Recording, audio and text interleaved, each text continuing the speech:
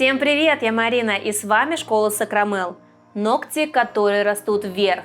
Как их преобразить? Мастера делятся на два лагеря. Одни говорят, что стоит все спилить и нарастить ногти заново. Другие говорят, что можно сделать коррекцию. Зачем выбирать, когда можно сделать и то, и другое, и сравнить результат? В этом видео увидите преображение. Поехали! Посмотрим на ногти. Видим, что они сами по себе растут вверх, но тем не менее ситуация усугублена тем, что перепилены боковые стенки, образованы ступеньки из точек роста, и в целом ногти выглядят странно. Видимо, мастер пытался их сузить, не знал, как правильно выполнить опил. Кстати говоря, о мастере я уточнила у модели. Это был начинающий мастер. По ее словам, непонятно, учился он где-либо или нет, но тренировался на ней. Поскольку все это дело было бесплатно, моя модель сидела смирно, ничего не могла сказать и ушла с такими ногтями. Когда я ее спросила, как же ты их относила, она говорит, я на них не дышала. Смотрела, старалась ничего ими не делать, в общем, так и проносила. Хотя это даже удивительно, потому что ногти с такими ступеньками обычно всегда ломаются по точкам роста. Но она пришла без единого слома. А мы с вами снимаем старое покрытие, и тут была камуфлирующая база с металлическими частичками золотого цвета. При снятии они отлетают и могут попасть вам в глаза. Поэтому при работе с такими материалами всегда защищайте свои глаза, надеваем защитный экран или очки, для того, чтобы не было повреждений. Кстати, однажды, когда я снимала акриловое моделирование аппаратом, кусочек попал мне в глаз, и это очень больно, режущая боль. Что нужно делать в таком случае? Быстро пойти и промыть. И если вы продолжаете испытывать боль, то обратиться к офтальмологу. Но, к сожалению, никто от этого не застрахован, поэтому наша задача полностью работать в средствах индивидуальной защиты. На одной руке мы будем выполнять наращивание, поэтому убираю свободный край при помощи книпсера и шлифую поверхность. На второй руке я просто немного опиливаю, форму не придаю, будем делать это после. При вверх растущей ногтевой пластине рекомендую изменить форму на миндаль. Таким образом, рост вверх будет не так сильно заметен. Выполняем маникюр.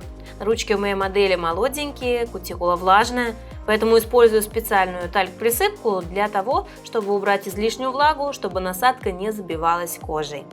Для приподнятия кутикулы и зачищения птериги использую алмазную насадку «Пламя» 21 диаметра с красной насечкой. Именно красную насечку выбираем для столь нежной и чувствительной кожи. Синяя насечка может поранить кутикулу, синусные повороты, и кожа будет не столь гладкой. Чтобы лучше видеть глубину кармана, выполняю постановку юбочки кутикулы, так называемой. Иду в положение реверс, справа налево, чтобы ее приподнять. Таким образом, вам будет проще увидеть, насколько чисто вы выполнили обработку под кутикулой. В таком случае не будет затеков. Срез кутикулы мы оставим на потом, сделаем его после моделирования. Поскольку ногтевая пластина влажная, я сначала наношу дегидратор, чтобы ее подсушить, и затем праймер для улучшения сцепки. В качестве подложки перед моделирующим материалом будем использовать каучуковую пластичную базу, которая имеет хорошую сцепку.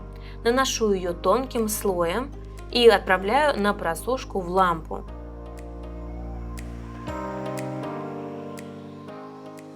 Несмотря на тонкий слой, наношу по одному ногтю, чтобы не было затеков. Подписывайтесь в социальных сетях, там вас ждет еще больше полезной информации. Подготавливаем формы для моделирования. Убираю внутреннее окошко и делаю вырез не столь глубоким. Такой глубокий вырез очень актуален для постановки на форму квадрат, а для формы натуральный миндаль нужно более пологое окошко. Наша задача поставить форму таким образом, чтобы не было зазора от ногтя до формы. Форму будем ставить ровно, Не будем наклонять сильно вниз, иначе у нас получится одна рука одного вида, а другая рука другого вида.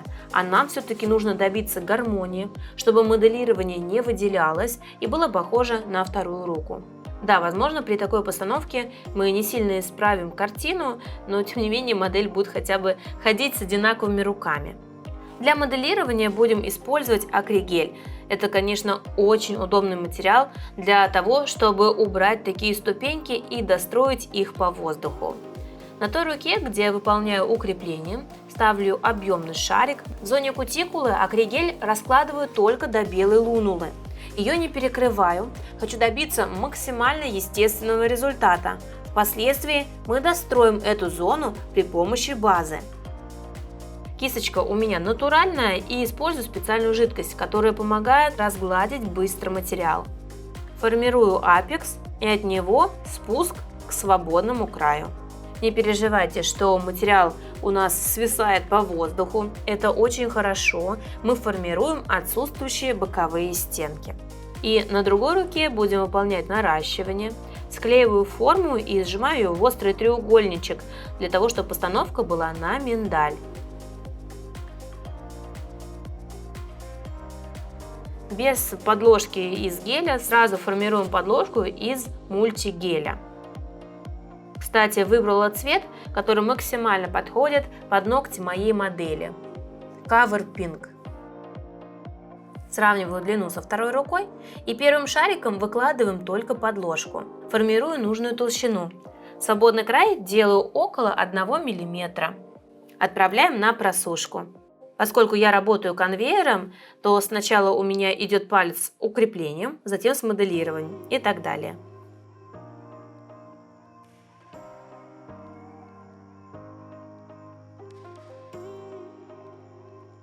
Продолжаем укреплять. И тут как раз очень хорошо видно, как мы достроили нижнюю параллель.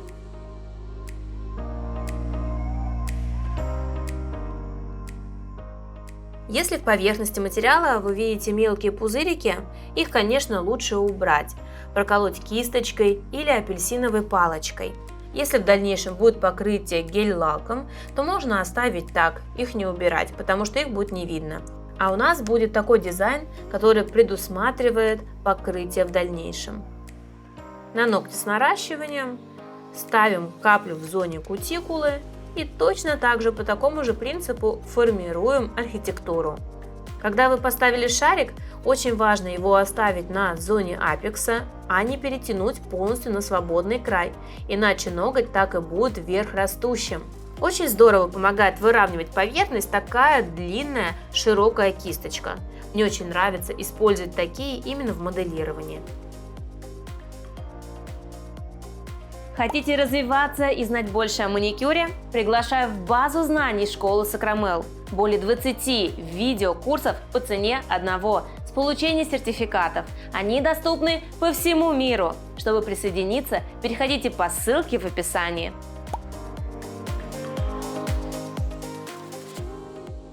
Как обычно, у меня под рукой лежит измеритель, которым я могу себя проверить.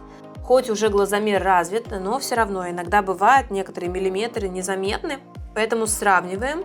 И если выложили много, то подбираем материал. Во время прижатия материала в зоне кутикулы нужно это делать особо тщательно. Если оставить бортики, ступеньки, то материал начнет отслаиваться.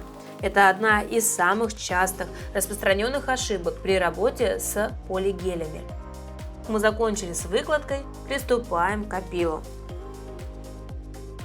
Пройдемся по поверхности, также просмотрим нижние параллели. Напоминаю, что поскольку ногти вверх растущие, то нижняя параллель у меня будет выглядеть несколько иначе, с чуть более резким подъемом к свободному краю.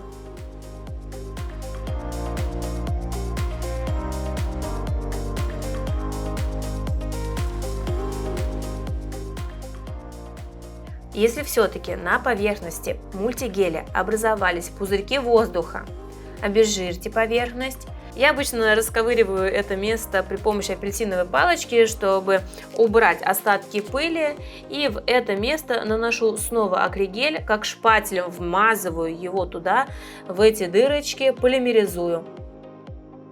Затем опиливаем, и ее как не бывало. Поверхность становится ровной.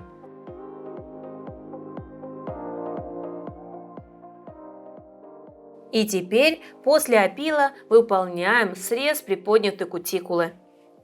Для этого использую ножнички-твизеры. Срез кутикулы мы оставили именно на этот этап. Почему? Так как нам требовался опил поверхности. И очень часто новички могут поранить кутикулу при заранее выполненном идеальном маникюре. Поэтому в моделировании можно делать маникюр как до, так и после. Смотрите по ситуации, что вам нужно сделать. Если мы говорим о технике без поверхностного опила, то маникюр делаем заранее. Если с опилом, то лучше после. Обычно я делаю срез кутикулы сразу на первом этапе, потому что уверенно работаю пилкой, но в видео показываю так, чтобы даже новички не поранили клиента. Если после среза остались недочеты, мы можем доработать их алмазной насадкой. Переворачиваем руку клиента и на тех ногтях, где выполнено укрепление, выпиливаю натуральную ногтевую пластину, а также толщину на свободном крае при помощи твердосплавной насадки с тонким носиком с зеленой насечкой. Она очень хорошо подчищает внутреннюю поверхность, делает ее ровной. И вот тот самый лайфхак, который помог сделать максимально естественными ногти. Зону у кутикулы мы достраиваем при помощи прозрачной базы. Сначала промазываю поверхность ногтя и небольшую каплю ставлю ближе к кутикуле. Разравниваю. Таким образом, на центре ногтевой пластины у меня практически нет базы. Вы только посмотрите, насколько натурально это выглядит. Какие плюсы в такой выкладке материала? Акригель не будет затекать, это самая частая проблема у мастеров, не будет отслоек и максимально естественный результат. А мы приступаем к дизайну. Для него нам потребуются гель-лаки розового оттенка, плотный белый. Смешиваю белый с розовым для получения среднего оттенка и выполняем где-то френч, где-то такой фантазийный френч линиями. Считаю очень актуальный сейчас дизайн. Самое главное условие – использовать тонкую кисточку с длинным ворсом. Тогда у вас точно получатся такие линии.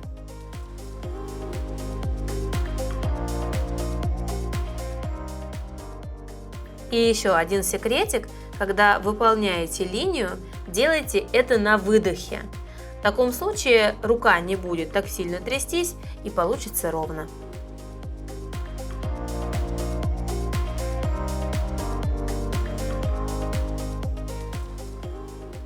А о том, как правильно выполнять френч, вы можете посмотреть несколько видео у меня на канале. Теперь перекрываем топом с небольшим выравниванием, чтобы сгладить поверхность, ведь у нас есть выступающие части в виде френча и полосок. Мы выбрали именно глянцевый топ, но также можно было бы покрыть матовым. Как считаете, в каком случае получилось бы интереснее?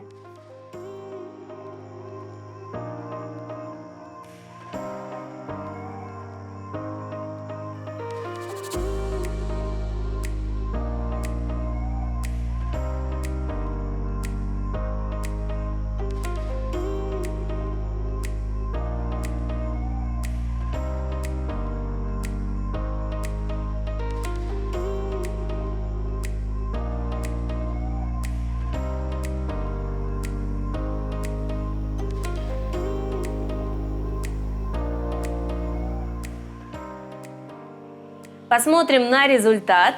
Делитесь, пожалуйста, в комментариях, что бы вы сделали на моем месте: перенаращивание или коррекцию. Смотрите другое видео с исправлением вверх растущих ногтей. Но я желаю всем успехов в работе. Счастливо! Пока-пока!